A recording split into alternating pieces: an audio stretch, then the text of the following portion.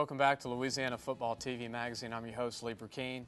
And in a minute, we're going to have Coach Kenny Guillotte, the head coach from Parkview Baptist, and assistant David Semino, who played running back at Parkview for his current head coach, was his head coach when he was a player for him back in not too long ago. We'll let Coach Semino talk about that. But I want to mention before we get into the conversation with the coaches, the first coaching firing guy today was Northwestern State. Scott Stoker was fired today. It's a tough business.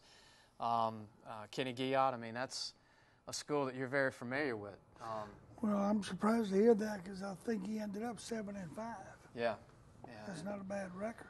And you coached at Nicholls State. I mean, you were in college before high school. When I got fired at McNeese, it was a lot worse than 75. Right. I tell you. What do you think, Coach, today with the big money and 1AA, they're not making the $2-3 million a year, but what do you think of the timeline now to be a head coach, winning and losing, compared to back in the 70s, 80s? Well, I think they're not as tolerant today as they were back then, and I think everybody, at the Division I level wants them to win a national championship. At Division II level or championship level, they want everybody to make the playoffs. And I don't know how long Scott's been there, but I guess they feel like he hadn't gotten the program where they want it to be after the years he's been there, I guess. Being an alumnus, I mean, do you think they'll try and get a guy that's familiar with Natchitoches, somebody from North Louisiana, or? I don't know. I really don't, because, Scott was a former player there and a former coach there and then came back as a head coach, so I don't know what route they'll take this time.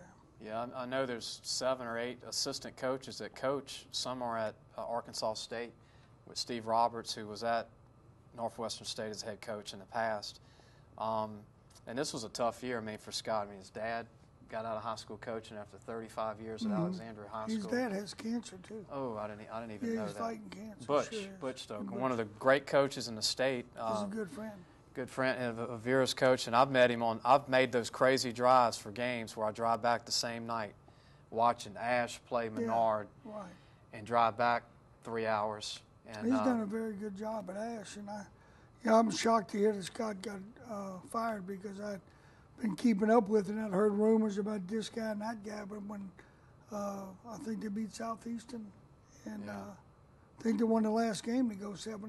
Beat Stephen F. Austin in Nacogdoches, Texas, and what's that award? The Big Cato, I believe they get, the Big Indian, Chief Cato. We used to win it when I was there. Coach, when I went in the spring, I went up and saw Coach Stoker and got a great field. People don't realize the stadium that Northwestern State has, and I mean that's a heavy monument, that Big Chief. I mean that's a big old.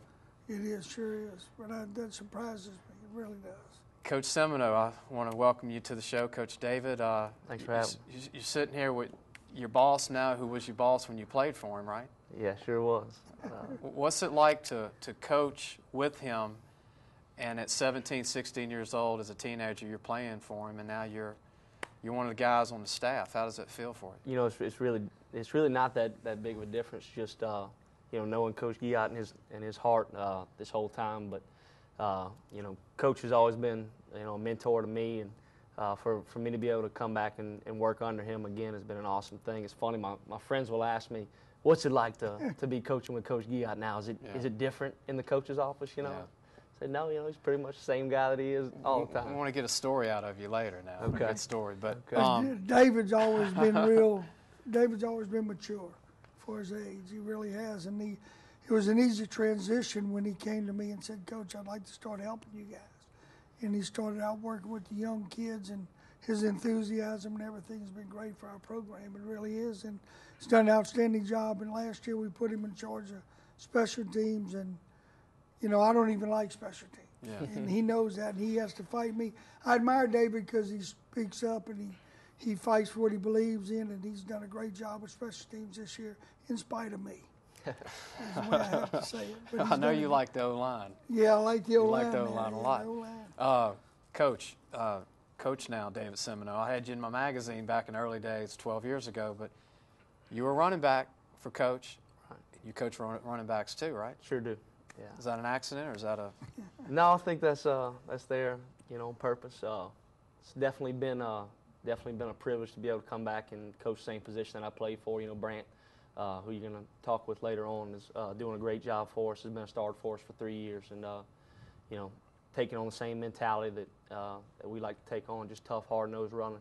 Now, what is it with this district? I mean, everybody talks about the pass. I know Capital throws a lot with Terrence Broadway, but really deep down, running game, the backs in this district are phenomenal. Capital had Bradley Brown, and Redemptress has had the David Plaisance of the world, and now the Shelton Sampsons, and you know, you've had coach 4 or 5 kids sign that have played running back. What is it with the talented backs in this district? Well, you know, everybody says about the passing game and all that, but when it gets down to it, when you go to clinics and all, I heard the guy, NFL guys say, team that runs the ball and team can stop the run are the ones that become champions. And if you look at all levels, you look at the teams that are running the ball. Look at John Elway never won a Super Bowl until he got a running back. Right. And once he got one, he won 2 in a row. So, you know, of course, we believe in the run, and I think it makes you hard-nosed, it makes you physical, it makes your kids have a mindset that makes them more aggressive. My hero growing up was Terry Bradshaw, who's now, you know, doing real good with making people laugh at halftime in NFL games. But I like Dan Marino, and coach, and no running back. The guy played for 15 years and never had a running back. Right. And I like Bradshaw too, and I loved the Steelers back then, but I loved them because of the toughness. Yeah, Franco Harris, Rocky Blar, and those guys. The offensive line going out there in Pittsburgh with the sleeves rolled up and breathing that smoke in the winter, and just really, really tough guys. Well, Coach, they had some guys that are like the throwbacks now. Mike Webster. Yeah. 17 All-Pro. 17 years All-Pro. 6 foot tall, maybe. If you talk to Bradshaw today, and I had a chance to interview him with our magazine, he said he was 5'11", 260. He benched 600 pounds, and he ran a 4.8 40.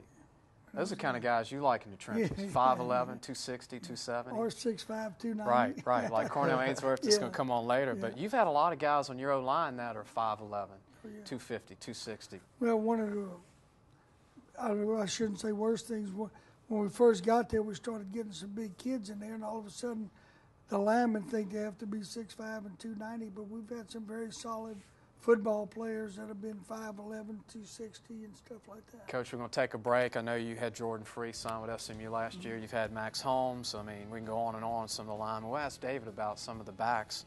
We're going to take a break. We'd love to take your calls at 499-8255. When you're not chewing on some turkey, call us, and we'd love to talk to you, talk some high school football and Louisiana football TV magazine.